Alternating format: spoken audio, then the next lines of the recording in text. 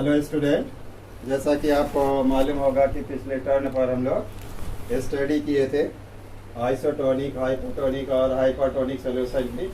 अब उसी का एक टॉपिक, वेरी इंपॉर्टेंट टॉपिक है सोल्यूशन का, जो बहुत इंपॉर्टेंट है और कॉलिगेटिव प्रॉपर्टीज से ही रिलेटेड होता है। और वो इम्पॉर्टेंट टॉपिक है वांट ऑफ फैक्टर। अब वांट ऑफ फैक्टर के बारे में हम लोग क्या जानते हैं? Want of factor, want of factor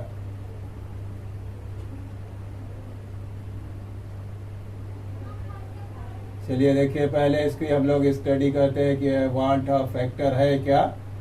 want of factor के बारे में स्टडी करने से पहले अभी जो आप लोगों ने कॉलिगेटिव प्रॉपर्टी स्टडी की थी, उस कॉलिगेटिव प्रॉपर्टी में जो सॉल्यूशन था वो नॉन इलेक्ट्रोलाइट होता था। Solution was non electrolyte.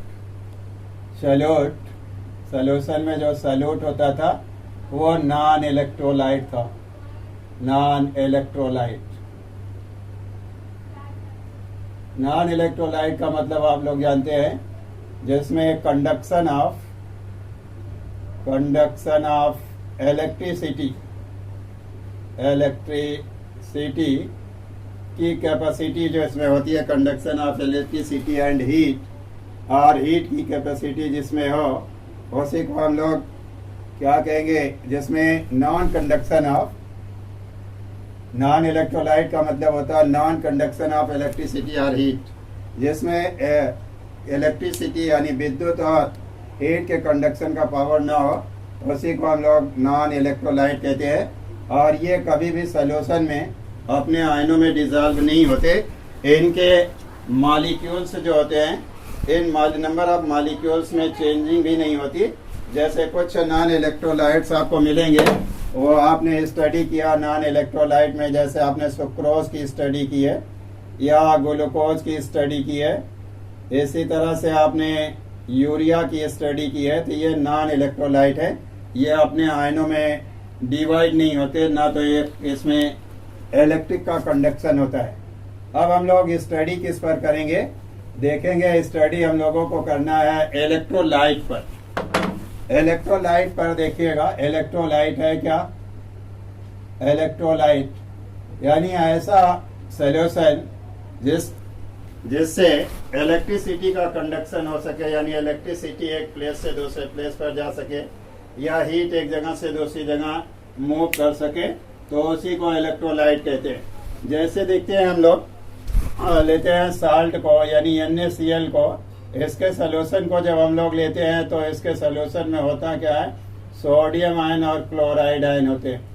ये आयन्स जो होते हैं हीट और इलेक्ट्रिसिटी को, यानी इलेक्ट्रिक को एक प्लेस से दूसरे प्लेस तक ले जाने का वर्क करते हैं, इसलिए ये इलेक्ट्रोलाइट है। तो वांट ऑफ फैक्टर में यहाँ आप लोगों ने जो कॉलिगेटिव प्रॉपर्टी पढ़ी थी, उस कॉलिगेटिव प्रॉपर्टी में आपने जो चारों प्रॉपर्टी पढ़ी थी वो किसकी थी? नॉन इलेक्ट्रोलाइट की चारों प्रॉपर्टीज थी। अब यहाँ देखना है कि वहां पर नॉन इलेक्ट्रोलाइट में जैसे देखते थे कि ग्लूकोज जो रहता था, ग्लूकोज की दो वैल्यू, ग्लूकोज ये नॉन इलेक्ट्रोलाइट है, इसकी ऑब्जर्व्ड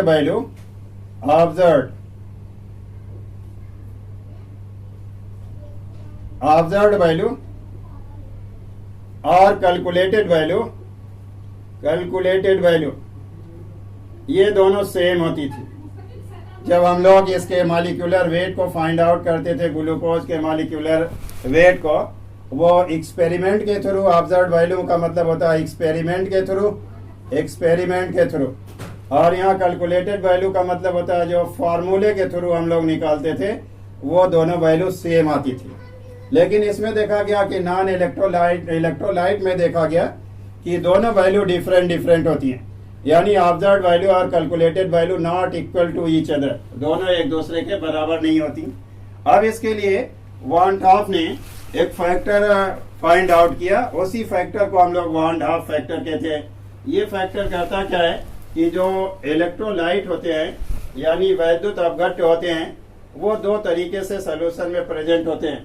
दो तरीके से का मतलब होता है या तो उनके मालिक्यूल आपस में जुड़कर बड़े मालिक्यूल में बदल जाते हैं, बड़े अणु में बदल जाते हैं।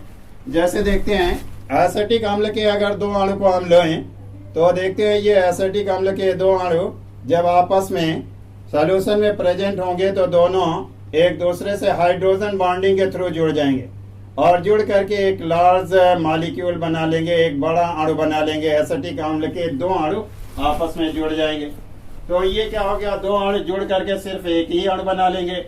लेकिन इसी तरीके से NaCl को जो हम लोगों ने देखा है, जब इसे सोल्यूशन में देखते हैं तो इसका एक अणु जब टूटता है तो दो अणु बना लेता है, एक सोडियम आयन का मॉलिक्यूल बना लेता है, दूसरा कैल्शियम क्लोराइड आयन का मॉलिक्यूल बना लेता है। जब देखते ये हैं कि इनकी जो ऑब्जर्व्ड वैल्यू होती है यानी एक्सपेरिमेंटल वैल्यू जो होती है वो वैल्यू किस पर डिपेंड करती है, इस सॉल्यूट के नंबर ऑफ पार्टिकल के ऊपर डिपेंड करती है। इसलिए नंबर ऑफ सॉल्यूट के नंबर पार्टिकल पर यानी विलेय कणों की संख्या पर कोलिगेटिव प्रॉपर्टी डिपेंड करती है। इसलिए सॉल्यूशन में इनके कणों की संख्या क्या होती है, 2 हो जाती है। यहाँ इनके कणों की संख्या 2 की जगह 1 हो जाती है। जब ये संख्या अलग अलग हो जाती है यानी ये पार्टिकल नंबर डिफरेंट हो जाते हैं, इसलिए इनकी ऑब्जर्व वैल्यू यानी एक्सपेरिमेंटल वैल्यू और फार्मूले से फाइंड आउट की गई कैलकुलेटेड वैल्यू दोनों हो जाती है, डिफर हो जाती है यानी अलग अलग हो जाती है, सेम नहीं आती।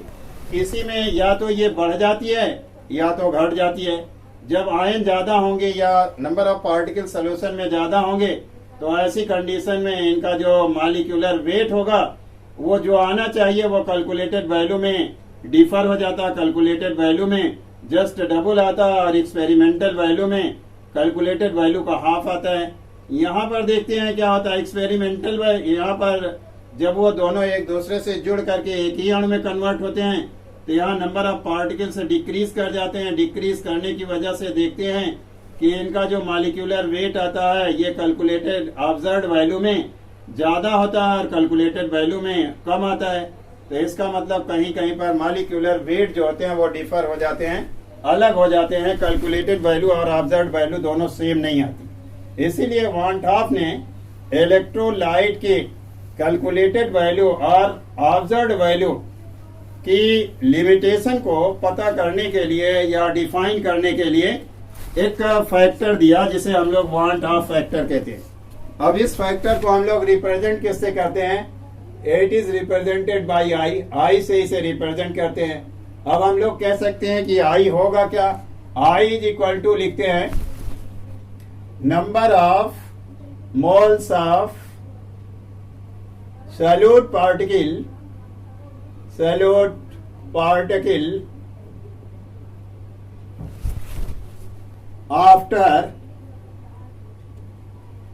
after association or dissociation। Association का मतलब जब दो या दो से ज्यादा मॉलिक्यूल आपस में जुड़ करके एक ही मॉलिक्यूल बना लें तो उसे एसोसिएशन कहेंगे। डिसोसिएशन का मतलब जब एक मॉलिक्यूल दो आयनों में या दो से ज्यादा मॉलिक्यूलों में टूट जाए तो उसको हम लोग कहते हैं डिसोसिएशन।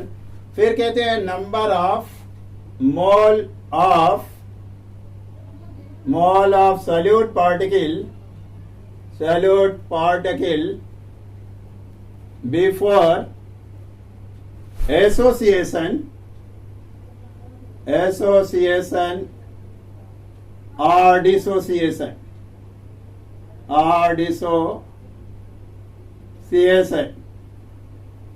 यानी सॉल्यूशन में डालने से पहले जो सॉल्यूट पार्टिकल के मोल थे उनकी संख्या क्या थी और सॉल्यूशन में डालने के बाद यानी सॉल्वेंट में डालने के बाद उनके सॉल्यूट पार्टिकल के मोल की संख्या जुड़ करके क्या हुई या डिसोसिएट होकर के वियोजित होकर के क्या हुई।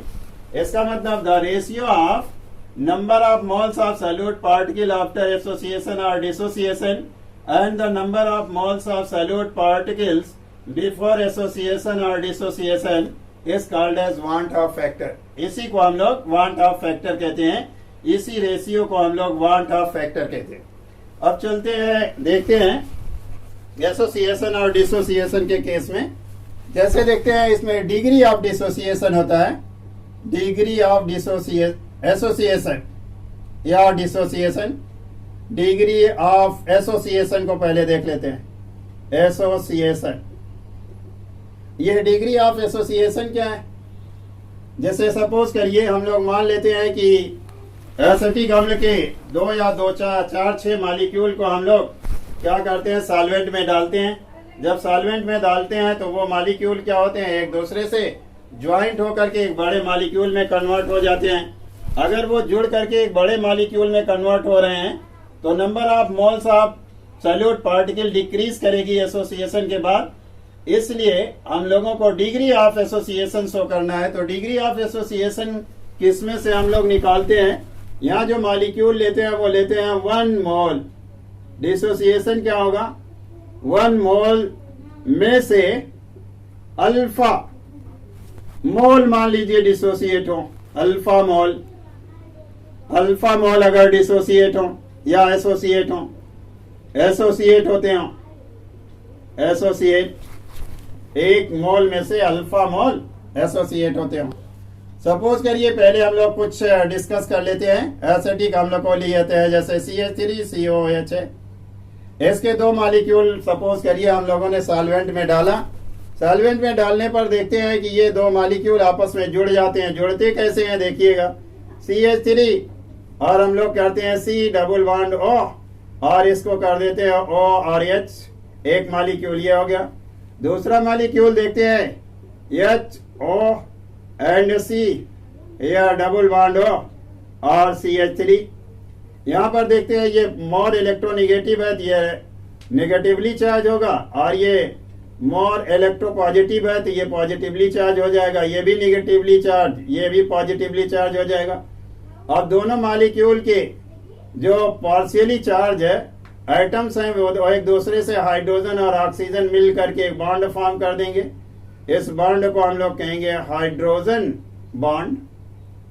जब ये हाइड्रोजन बॉन्ड फॉर्म हो गया तो ये दोनों मॉलिक्यूल जुड़ करके एक ही मॉलिक्यूल में बन गए।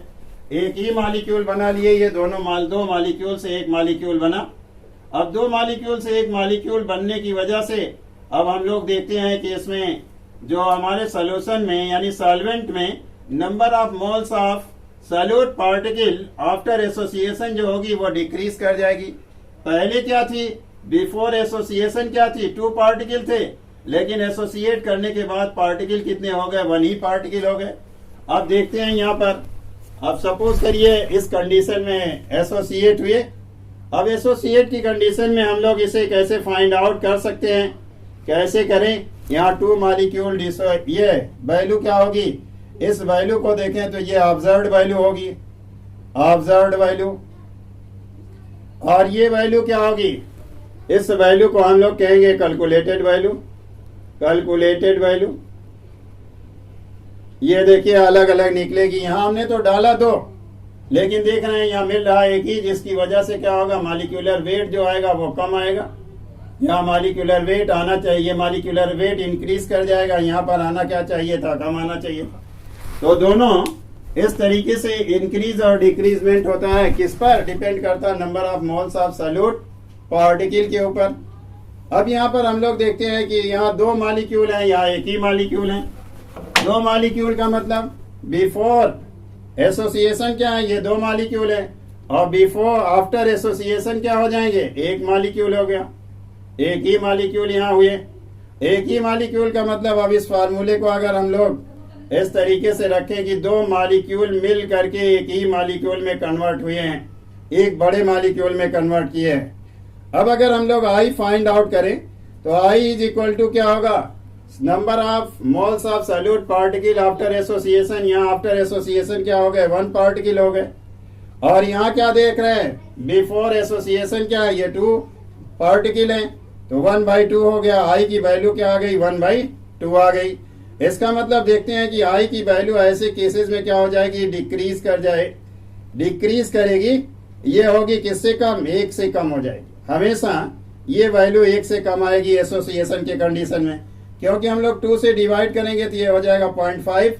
तो जब मॉलिक्यूल सोल्यूशन में सॉल्यूट मॉलिक्यूल जुड़ जाते हैं तो जुड़ने पर वांट ऑफ फैक्टर यानी आई की वैल्यू जो होती है वो लेस देन 1 आती है। 1 से ज्यादा नहीं आती, लेस देन 1 ही आती है। अब इसी को देखते हैं। इसके लिए हम लोग एक फार्मूला भी बना लेते हैं। वो फार्मूला देखो क्या बनेगा, कैसे बनाते हैं हम लोग। यहाँ हमने लिखा 1 मोल में से अल्फा मोल एसोसिएट हो रहे हैं, 100% एसोसिएट नहीं हो रहा है, यानी कुछ ही पार्टिकल एसोसिएट हो रहे हैं, 100% एसोसिएट नहीं हो रहा। अब इसको हम सपोज कर लेते हैं कि ये हमने जो लिया ये 1 मोल है, इसको सपोज करते हैं ये 1 मोल है इसको। और यहाँ देखेंगे एसोसिएट, अगर ये देखें ये 1 मोल है, तो अब ये देखते हैं इनिशियल कंडीशन में, यानी शुरुआत में जब ये मॉलिक्यूल आपस में ज्वाइंट नहीं हुए थे तो ये टोटल 1 मोल था। लेकिन ये क्या था, जब ये आपस में जुड़े नहीं थे तो ये 0 मोल थे। लेकिन आफ्टर सम टाइम्स यानी इक्विलिब्रियम कंडीशन में जब ये इसके कुछ मॉलिक्यूल आपस में जुड़ने लगे तो इक्विलिब्रियम में क्या होगा, इक्विलिब्रियम में इसके मॉलिक्यूल क्या होंगे, सपोज करिए ये मॉलिक्यूल अल्फा मॉलिक्यूल यहाँ जुड़ करके क्या बना लिए, एक बड़े मॉलिक्यूल में कन्वर्ट हो गए। तो यहाँ बचे कितने मॉलिक्यूल, ये 1 मोल में से अल्फा मॉलिक्यूल एसोसिएट किए हैं, बचे हुए हैं 1 माइनस अल्फा। और यहाँ कितना मॉलिक्यूल बन गया, इसको जरा हम लोग देखते हैं कितना मॉलिक्यूल बनेगा। यहाँ 2 मॉलिक्यूल आपस में जुड़े हुए हैं, तो ये देखेंगे हम लोग इसे कर देंगे अल्फा बाई 2। अब देखेंगे सोल्यूशन में कुल कितने मॉलिक्यूल होंगे, कैसे पता करेंगे। इतने मॉलिक्यूल अल्फा मॉलिक्यूल तो आपस में जुड़ करके भले मॉलिक्यूल में बदल गए, लेकिन बचे हुए मॉलिक्यूल क्या 1 माइनस अल्फा हैं। तो यानी सोल्यूशन में क्या होंगे, जो आपस में जुड़े नहीं हैं वो भी प्रेजेंट होंगे, जो आपस में जुड़े हैं वो भी प्रेजेंट होंगे। तो टोटल नंबर ऑफ मॉलिक्यूल क्या होगा, यहाँ total number of solute particle या मॉलिक्यूल पार्टिकल, ये देखिए कितने हो जाएंगे 1 और माइनस अल्फा प्लस हो गया अल्फा बाई 2 हो गया अल्फा बाई 2। अगर हम लोग इसको आई के अब देखते हैं ये रेशियो आया है, इसको हम लोग ये टोटल मॉलिक्यूल प्रेजेंट होंगे। अब आई की वैल्यू अगर हम लोग फाइंड आउट करना चाहें तो आई की वैल्यू क्या हो गई, ये टोटल मॉलिक्यूल को पहले लिख दें तो टोटल मॉलिक्यूल देखो कितने बचेंगे।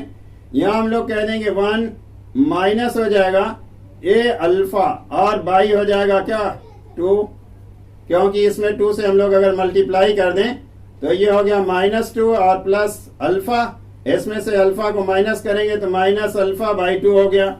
अब इसको हम लोग अगर फिर इसे करें तो 2 माइनस अल्फा बाई 2 हो जाएगा। तो इस वैल्यू को हम रख लेते हैं। अब सपोज करिए इसी को आई में कन्वर्ट करते हैं तो 1 माइनस अल्फा बाई 2 अपान हो जाएगा क्या 1। क्यों 1 कह रहे हैं, क्योंकि हम लोगों ने कितना मोल लिया, सिर्फ एक ही मोल लिया है। यानी एसोसिएशन से पहले कितने मोल थे, 1 मोल थे, और जो एसोसिएशन के बाद हुआ वो कितना मोल हो गया 1 माइनस अल्फा बाई 2। इसका मतलब हम लोग इसे कह सकते हैं 1 बाई 2 भी कह सकते हैं। यहाँ 2 से मल्टीप्लाई करें तो 2 माइनस अल्फा बाई 2 इतना आ जाएगा। अब अगर मान लीजिए हम लोग ये देखते हैं कि ये डिसोसिएशन एसोसिएशन जो हुआ ये 100% हुआ। अगर 100% होगा तो ऐसी कंडीशन में आएगा क्या, 100% होने पर ये आ जाएगा, देखो आएगा टोटल। सपोज करिए अल्फा अगर 100% एसोसिएट होगा तो एक ही मोल था, 1 मोल एसोसिएट भी हो गया तो अल्फा की वैल्यू आ जाएगी 1। यहाँ अगर अल्फा की वैल्यू हम लोग रख दें इस प्लेस पर, अल्फा की वैल्यू रख दें तो 1 माइनस हो गया 1 बाई 2 और इसे माइनस करें तो i is equal to 1 by 2 आ जाएगा। कैसे 1 बाई 2 आ गया, देखिए यहाँ अल्फा बाई 2 था, अगर इसकी वैल्यू 1 रखते तो 1 बाई 2 आता, क्योंकि यहाँ देखा था तो 2 मॉलिक्यूल थे, एक मॉलिक्यूल में कन्वर्ट हो रहे थे, तो यहाँ क्या आ रहा था 1 बाई 2 आ रहा था। तो यहाँ भी i की वैल्यू क्या आ गई 1 बाई 2 आ गई। अगर ये 1 बाई 2 आ रही है तो ये वैल्यू क्या हो जाएगी 1 बाई 2 बाई 2 हो जाए बाई 1 हो जाएगी, यानी i की वैल्यू क्या हो जाएगी यहाँ डिक्रीज कर जाएगी। कैलकुलेटेड ऑब्जर्व्ड वैल्यू जो आएगी वो कैलकुलेटेड वैल्यू से क्या आएगी, कम आएगी। ऑब्जर्व्ड वैल्यू कैलकुलेटेड वैल्यू से कम आएगी। अब चलते हैं देखते हैं, यहाँ पर हम लोग फिर डिस्कस करते हैं। ये तो डिग्री ऑफ डिसोसिएशन किस केस में हुआ, एसोसिएशन के केस में हुआ। अब डिग्री ऑफ एसोसिएशन की डिफिनीशन हम लोग क्या कैसे लिख सकते हैं? डिग्री ऑफ एसोसिएशन, एसोसिएशन इसकी डिफिनीशन क्या रखेंगे? द फ्रैक्शन ऑफ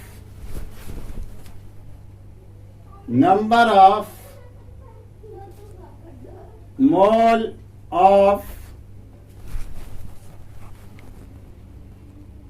solute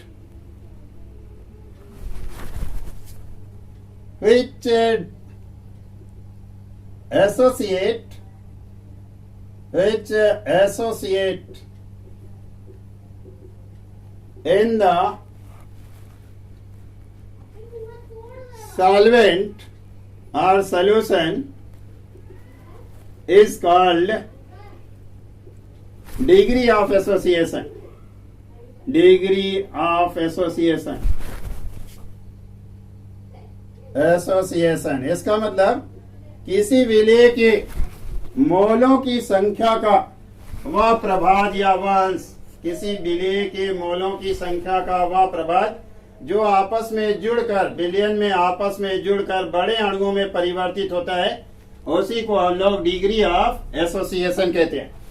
अब इसको हम लोग सपोज कर लीजिए कि मान लेते हैं कि मॉलिक्यूल कितने थे, एक सल्यूट लेते हैं ए, इसके कितने मॉलिक्यूल थे?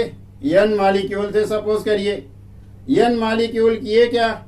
ये आपस में जुड़ गए, बना दिए, जुड़ करके एन बना दिए।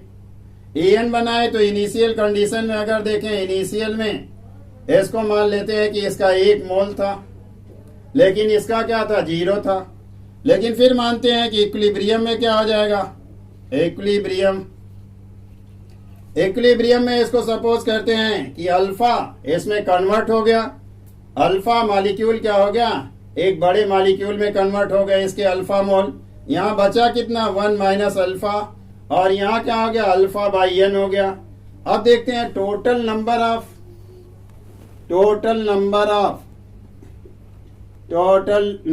Of mole of solute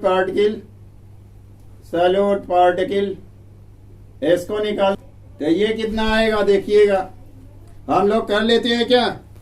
total आ गया 1 माइनस अल्फा और प्लस अल्फा बाई हो गया एन। चलिए अब हम लोग क्या करते हैं, इसको आई के साथ रख देते हैं, इस वैल्यू को 1 फैक्टर के साथ। ये रखते हैं 1 minus alpha plus alpha by n, और यहाँ क्या कर देते हैं? एसोसिएट होने से पहले कितने मॉलिक्यूल थे? इनिशियल कंडीशन में 1 मॉलिक्यूल थे। अब देखिए, अगर इसको देखा जाए, सॉल्व किया जाए, तो I is equal to 1 minus alpha plus alpha by N हो गया। अब इसको इधर ट्रांसपोज कर लेते हैं, आई को इधर ट्रांसपोज कर लेते हैं।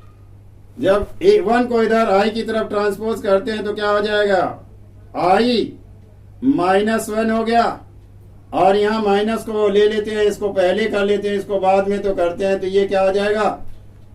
अल्फा अपान एन, और ये साइन चेंज कर देते हैं, तो माइनस साइन बाहर ले लेते हैं, तो ये माइनस हो जाएगा, ये प्लस हो जाएगा।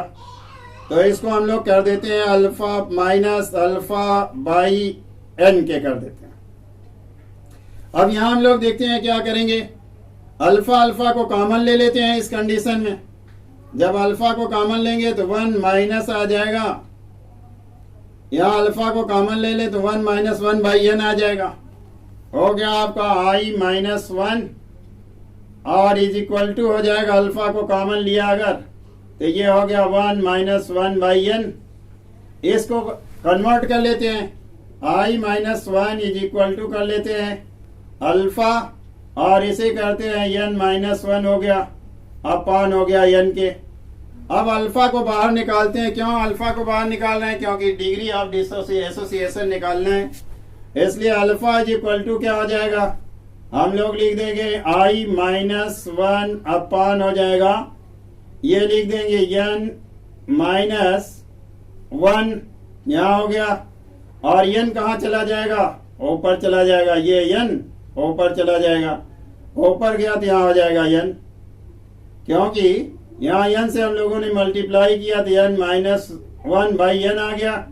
तो यह इसको जब रखेंगे नीचे की साइड में तो ये टोटल हो जाएगा, अल्फा को बाहर निकालेंगे तो ये आ जाएगा n माइनस 1/n, n ऊपर चला जाएगा, आपका आ जाएगा i माइनस 1 और into n by n minus 1 हो जाएगा। ये अल्फा की वैल्यू फाइंड आउट करने के लिए ये तरीका होगा कि अल्फा की वैल्यू ये फाइंड आउट करें। चलते हैं इसी तरीके से हम लोग डिग्री ऑफ डिसोसिएशन को शो करते हैं। डिग्री ऑफ डिसोसिएशन क्या है? ये डिग्री ऑफ डिसोसिएशन को शो करने के लिए देखिए, डिग्री ऑफ डिसोसिएशन का मतलब होता है कि मॉलिक्यूल टूट रहे हैं और टूट करके मोर देन वन मॉलिक्यूल में कन्वर्ट हो रहे हैं, मोर देन वन पार्टिकल में कन्वर्ट हो रहे हैं, तो उसी को डिग्री ऑफ डिसोसिएशन कहेंगे। डिसोसिएशन जैसे देखिए, सपोज करिए हमारे पास क्या है, NaCl है, या ले लेते हैं MgCl2 को ले लेते हैं, MgCl2। यहाँ क्या करते हैं, MgCl2 में लेंगे तो जब ये ब्रेक होगा तो क्या होगा, Mg के एक मॉलिक्यूल आ जाएंगे। इसके कितने मॉलिक्यूल आ गए, देखिए क्लोराइड आयन के 2 मॉलिक्यूल आ गए। यहाँ देख रहे हैं कितना मोल है, मात्र ओनली 1 मोल है, एक ही मोल यहाँ पर है। यहाँ पर देखिए क्या है, 1 मोल ये आया 1 मोल, और दूसरा मोल क्या है, ये 2 मोल आ गए, 2 मोल हो गए। अब देखें तो ये टोटल क्या है, इधर क्या आ रहा है, डिसोसिएशन के बाद after dissociation number of moles of solute particle क्या हो जाएंगे, टोटल मोल्स कितने हो जाएंगे, 1 और 2 दैट इज इक्वल टू 3। और ये कितना मोल है, ये 1 मोल है। अब अगर आई को हम लोग फाइंड आउट करते हैं तो आई क्या आएगी, जरा देखिएगा, ये बिफोर नहीं, ये आफ्टर डिसोसिएशन है। डिसोसिएशन के बाद 3 मॉलिक्यूल यहाँ बन गए, और डिसोसिएशन से पहले, बिफोर डिसोसिएशन के पहले 1 मॉलिक्यूल थे, तो यहाँ पर 3 अपान कर देंगे 1। ये देखिए क्या आ गया, आई इज इक्वल टू हो गया 3। इसका मतलब यहाँ पर जो होगा, जो ऑब्जर्व्ड वैल्यू थी, उस ऑब्जर्व्ड वैल्यू से ये वैल्यू क्या आएगी, ज्यादा आएगी। कैलकुलेटेड वैल्यू जो आएगी 3 गुना ज्यादा हो जाएगी। जैसे जैसे नंबर ऑफ पार्टिकल्स इंक्रीज करेंगे, वो जो कैलकुलेटेड वैल्यू होगी वो भी इंक्रीज कर जाएगी। जब कैलकुलेटेड वैल्यू इंक्रीज कर जाएगी तो ओरिजिनल वैल्यू जो होगी, रियल वैल्यू जो होगी, जिसको ऑब्जर्व्ड वैल्यू या एक्सपेरिमेंटल वैल्यू कहते हैं, वो वैल्यू हमेशा क्या हो जाएगी, कम हो जाएगी। तो वहां पर देखते हैं, यहाँ पर आई का मान कितना आ रहा हमेशा, उस कंडीशन में, एसोसिएशन के कंडीशन में आई की वैल्यू क्या आई थी, आई इज लेस देन 1 होती थी। लेकिन यहाँ पर क्या होगी, ये वैल्यू क्या होगी, आई इज मोर देन 1। आई की वैल्यू 1 से ज्यादा होगी, 1 नहीं होगी, 1 से ज्यादा। वो 2 भी हो सकती है, 3 भी हो सकती है, 4 भी हो सकती है, इस तरीके से कहीं भी हो सकती है। जैसे सपोज करिए 4 से ज्यादा भी हो सकती है, जैसे हमने ले लिया K4 या FeCN6 को, या FeCN6, इसको हम लोग कहते हैं पोटेशियम फेरोसाइनाइड। अब ये ब्रेक होगा तो 4 पोटेशियम आयन में और 1 फेरोसाइनाइड आयन में, FeCN6, और यहाँ चार्ज देखिए क्या आ जाएगा, -4 चार्ज, ये 6 हुआ। अब ये क्या है, 1 मोल थे, नंबर ऑफ मोल्स कितने थे, 1। यहाँ पर देखते हैं ये 4 मोल हो गया, और यहाँ पर क्या हुआ, ये 1 मोल हो गया।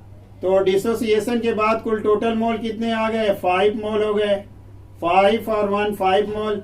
और यहाँ कितना रहा, डिसोसिएशन से पहले 1 ही मोल था, इसलिए आई इज इक्वल टू क्या आ जाएगा, 5/1।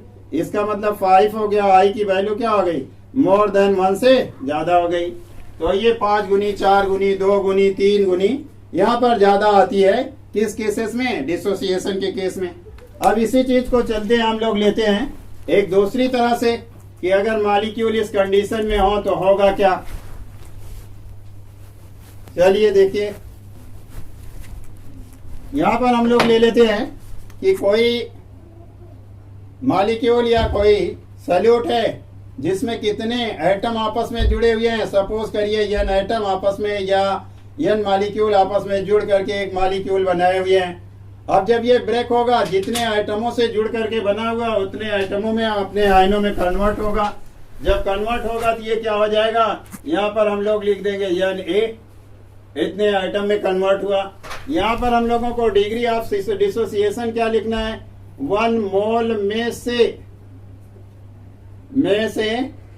अल्फा मोल, 1 मोल में से अल्फा मोल डिसोसिएट होता है, डिसोसिएट होता है, डिसोसिएट होता है। ये सपोज करिए ऐसा है। अब यहां हम लोग सपोज करिए ये इनिशियल कंडीशन में क्या है, शुरू के कंडीशन में, इनिशियल कंडीशन में इसके 1 मोल है, 1 मोल है। अब इसमें ये डिसोसिएट, ये सॉल्वेंट में डाला नहीं गया, जब तक नहीं डाला जाएगा तब तक ये ब्रेक नहीं होगा, डिसोसिएट नहीं होगा। ऐसी कंडीशन में यहाँ इसके डिसोसिएट मोल क्या होंगे, 0 मोल होंगे। लेकिन सपोज करिए जब ये इक्विलिब्रियम कंडीशन में आ गया, यानी इसे लिक्विड में डाल दिया गया, सॉल्वेंट में डाला गया, इक्विलिब्रियम में, इक्विलिब्रियम कंडीशन में देखिए इसका सपोज करिए अल्फा मोल टूट गया, किसमें, इस आयनों में। जब आयनों में टूटा तो यहाँ बचा कितना, 1 माइनस अल्फा, यहाँ पर बने कितना, n अल्फा बन गए। ये बने कितने, n अल्फा बन गए। अब हम लोग इसको total number of particle after dissociation निकालेंगे। देखिए number of mole of solute part, total solute particle, number of mole of total solute particle in solution। तो जो पार्टिकल डिसोसिएट हुए हैं वो भी रहेंगे और जो डिसोसिएट नहीं हुए हैं वो भी रहेंगे। तो हो जाएगा 1 और हम लोग रखेंगे minus alpha plus n alpha कर देंगे। ये कर दिया हम लोगों ने, n अल्फा इससे आ गया। अब चलिए हम लोग करते क्या हैं, इसको अगर हम लोग अल्फा इसमें से कॉमन ले लें तो अगर देखें तो क्या आ जाएगा, 1 माइनस अल्फा, और ये क्या आ जाएगा, यहाँ पर हम लोग लिखेंगे माइनस, यहाँ लिखा गया तो ये हो जाएगा आपका 1 और ये हो जाएगा प्लस n के। लेकिन अगर इसको हम लोग अल्फा को प्लस में लें, प्लस में लेंगे तो n माइनस 1 हो जाएगा। इसको एक तरह से और भी लिख सकते हैं हम लोग, अगर इसे प्लस लेकर के लिखते हैं। इसको कर सकते हैं क्या, 1 प्लस कर दे अल्फा और ये साइन चेंज हो जाएगा, इसमें साइन चेंज होगा तो ये माइनस और ये हो जाएगा, ये हो जाएगा आपका माइनस। अगर इसे लें तो ये माइनस और प्लस में कन्वर्ट हो जाएगा। तो आपका आ जाएगा यहाँ पर हम लोग देखते हैं n माइनस 1 हो जाएगा, n माइनस 1। क्यों n minus 1, moles of total solute particle in solution क्या आ जाएगा, 1 minus alpha plus n alpha. तो हम लोग अल्फा को अगर कॉमन ले ले तो 1 minus alpha n plus 1 plus n नहीं आएगा, बल्कि ये हो जाएगा माइनस, क्योंकि माइनस बाहर ले रहे हैं हम लोग। तो जब ये माइनस हो जाएगा यहाँ पर, इसको हम लोग माइनस कर देंगे, क्योंकि माइनस अल्फा कॉमन ले रहे हैं। तो अल्फा तो बाहर हो गया, तो यहाँ पर बचा क्या, 1 और ये बचा क्या, ये साइन चेंज हो गया माइनस n, और इसको जब प्लस में करेंगे तो प्लस हो गया, n माइनस 1 हो गया, ये चेंज हो जाएगा साइन। अब हम लोग देखते हैं टोटल I की वैल्यू निकालते हैं। I इज इक्वल टू, देखिएगा आएगा क्या, total number of particle in the solute कितना है, इतना पार्टिकल है। तो हम लोग करेंगे क्या, 1 प्लस करेंगे अल्फा और कर देंगे n माइनस 1, और टोटल पार्टिकल कितने थे इनिशियल कंडीशन में, 1 मोल थे, अपान कर देंगे 1, ये आ गया क्या, I इज इक्वल टू 1 और प्लस अल्फा n माइनस 1। इसको ट्रांसपोज कर लीजिए, यानी एक को पक्षांतर कर लीजिए I की तरफ, तो I माइनस 1 हुआ, ये हो गया अल्फा और ये हो गया n माइनस 1, n माइनस 1।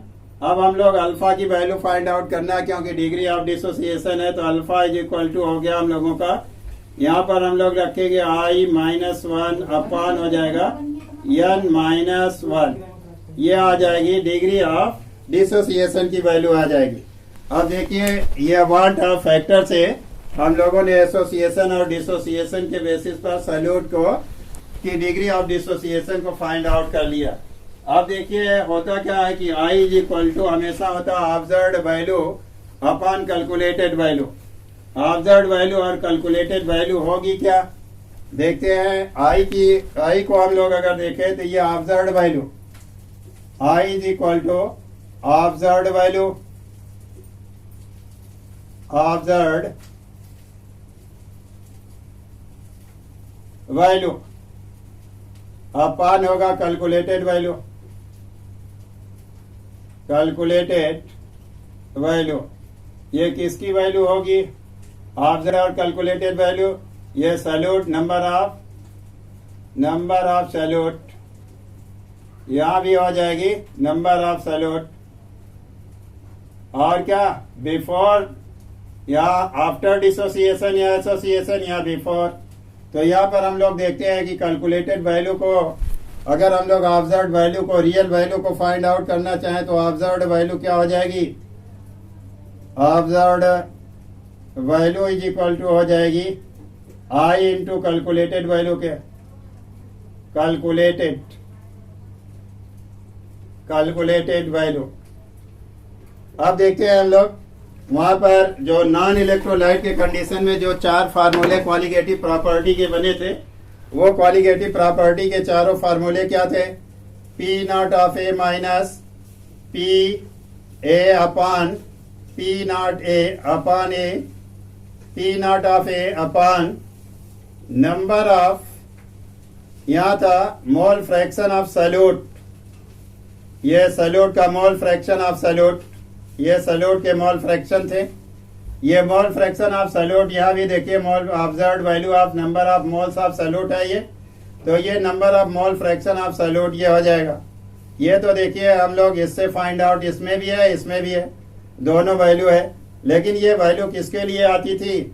ये नॉन इलेक्ट्रोलाइट के लिए आती थी। ये पहली कंडीशन थी। दूसरी कंडीशन थी वो delta T naught of B is equal to आती थी, वहां पर हम लोग लिखते थे T delta T B is equal to होता था T naught of B minus delta T B करते थे हम लोग, टी बी। इसी तरीके से वहां था आपका डेल्टा टी एफ की वैल्यू देखिए क्या आती थी? Delta T F is equal to आता था, यहां लिखते थे टी एफ माइनस करते थे T naught of, excuse me, यहाँ पर एलिवेशन ऑफ बॉइलिंग पॉइंट होता था। तो एलिवेशन ऑफ बॉइलिंग पॉइंट का मतलब हो गया टी बी माइनस करते थे टी नॉट ऑफ बी कर देते थे। और यहाँ पर क्या करते थे हम लोग? डेल्टा टी एफ को करते थे, उसको लिखते थे यहाँ टी एफ की वैल्यू जो ये डिक्रीज होती थी तो T naught of B minus करते थे टी और कर देते थे यहाँ पर हम लोग किससे मल्टीप्लाई करते थे, यहाँ करते थे टी एफ कर देते थे। ये तीसरी वैल्यू हो गई थी। चौथी वैल्यू ऑस्मोटिक प्रेशर की होती थी। ऑस्मोटिक प्रेशर को पाई इज इक्वल टू लिखते थे हम लोग एम आर टी, ये लिख देते थे, एम आर टी से वैल्यू शो कर देते थे। लेकिन इसके अलावा और फार्मूला हम लोगों का आया हुआ था इस वैल्यू को फाइंड आउट करने के लिए। वो फार्मूला इसके प्लेस पर देखिए हम लोगों ने एक फाइंड आउट फार्मूला और किया था। वो फार्मूला क्या था? Delta T B is equal to था के बी इंटू था स्मॉल एम, और delta T F is equal to था के एफ इंटू था स्मॉल एम। ये 4 कंडीशन थी। इन दोनों के प्लेस पर ये दोनों कंडीशन आती थी। अब हम लोग देखते थे ये वैल्यू क्या थी। ये तो कहता था कि ये वैल्यू कैसी है, ऑब्जर्व्ड वैल्यू अगर आनी चाहिए तो ऑब्जर्व्ड वैल्यू को निकालने के लिए तभी आएगी। ये वैल्यू तो कैलकुलेटेड वैल्यू थी। कैलकुलेटेड वैल्यू ये भी है, ये भी वैल्यू कैलकुलेटेड वैल्यू है, और ये भी वैल्यू कैलकुलेटेड वैल्यू, ये भी वैल्यू कैलकुलेटेड है। इसलिए इलेक्ट्रोलाइट के लिए हम लोगों को अगर ऑब्जर्व्ड वैल्यू फाइंड आउट करना है तो कैलकुलेटेड वैल्यू में आई से यानी वांट ऑफ फैक्टर से मल्टीप्लाई कर दिया जाए तो इलेक्ट्रोलाइट के लिए आएगा। यहाँ पर आई से हम लोग कैलकुलेटेड वैल्यू में मल्टीप्लाई करेंगे तो ओरिजिनल वैल्यू आएगी। इसलिए ये सभी ओरिजिनल वैल्यू फाइंड आउट करने के लिए हम लोगों को करना क्या पड़ेगा? वांट ऑफ फैक्टर से इसमें मल्टीप्लाई करना पड़ेगा। यहाँ भी मल्टीप्लाई करना पड़ेगा, यहाँ भी करना पड़ेगा, यहाँ भी करना पड़ेगा, और यहाँ भी करना पड़ेगा। तब हम लोग इलेक्ट्रोलाइट की ऑब्जर्व्ड वैल्यू को यानी ओरिजिनल वैल्यू को इस फार्मूले के थ्रू, कैलकुलेटेड वैल्यू के थ्रू निकाल सकते हैं। अब ये न्यू फार्मूला क्या हो जाएगा? I is equal to P nought of A minus P A upon P nought of A into हो जाएगा जीटा बी इंटू आई हो जाएगा। ये देखिए क्या हो जाएगा, डेल्टा टी बी, दूसरा फार्मूला हो जाएगा डेल्टा टी बी यानी एलिवेशन ऑफ बॉइलिंग पॉइंट जो है वो हो जाएगा के बी एम इंटू हो जाएगा आई। और आपका डिप्रेशन इन फ्रीजिंग पॉइंट का फार्मूला क्या हो जाएगा, delta T F is equal to हो जाएगा के एफ और हो जाएगा एम इंटू आई हो जाएगा। इसी तरीके से ऑस्मोटिक प्रेशर फोर्थ वाला जो हो जाएगा पाई इज इक्वल टू हो जाएगा एम आर टी और इंटू आई के हो जाएगा। ये चारों फार्मूले किसके लिए लगाए जाएंगे, नॉन इलेक्ट्रोलाइट के लिए नहीं बल्कि इलेक्ट्रोलाइट सॉल्यूट के लिए लगाए जाएंगे। इलेक्ट्रोलाइट सॉल्यूट के लिए लगेंगे ये फार्मूले। और ये फार्मूले किसके लिए लगते हैं, ये सभी फार्मूले लगते हैं किस के लिए, नॉन इलेक्ट्रोलाइट के लिए इन फार्मूलों का यूज किया जाता है। तो इलेक्ट्रोलाइट के लिए इन फार्मूलों का यूज करेंगे जो वांट ऑफ फैक्टर के थ्रू से नॉन इलेक्ट्रोलाइट के ओरिजिनल मॉलिक्यूलर वेट को हम लोग फाइंड आउट कर लेते हैं। Original molecular weight find out हो जाता है। अब हम देखते हैं कि आई की वैल्यू इस तरीके से होगी क्या, नॉन इलेक्ट्रोलाइट के लिए आई की वैल्यू जो होगी नॉन इलेक्ट्रोलाइट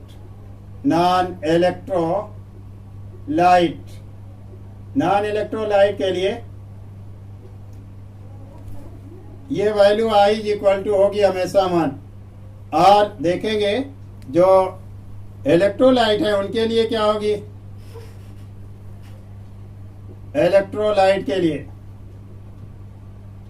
ये वैल्यू देखिएगा डिसोसिएशन के केस में एसोसिएशन के केस में देखिए, एसोसिएशन में आई की वैल्यू क्या होगी, लेस देन 1 होगी। लेकिन क्या होगा डिसोसिएशन के केस में, डिसोसिएशन यानी जब टूटेंगे तो वहां पर आई की वैल्यू डिसोसिएशन के केस में क्या होगी, आई इज ग्रेटर देन 1 होगी, 1 से ज्यादा होगी। लेकिन नॉन इलेक्ट्रोलाइट में आई की वैल्यू 1 के बराबर होगी और इलेक्ट्रोलाइट में एसोसिएशन के केस में आई की वैल्यू लेस देन 1 होगी और डिसोसिएशन के केस में आई की वैल्यू मोर देन 1 होगी यानी ग्रेटर देन 1 होगी। अब ये रहा वांट ऑफ फैक्टर। फिर मिलेंगे नए लेक्चर के साथ।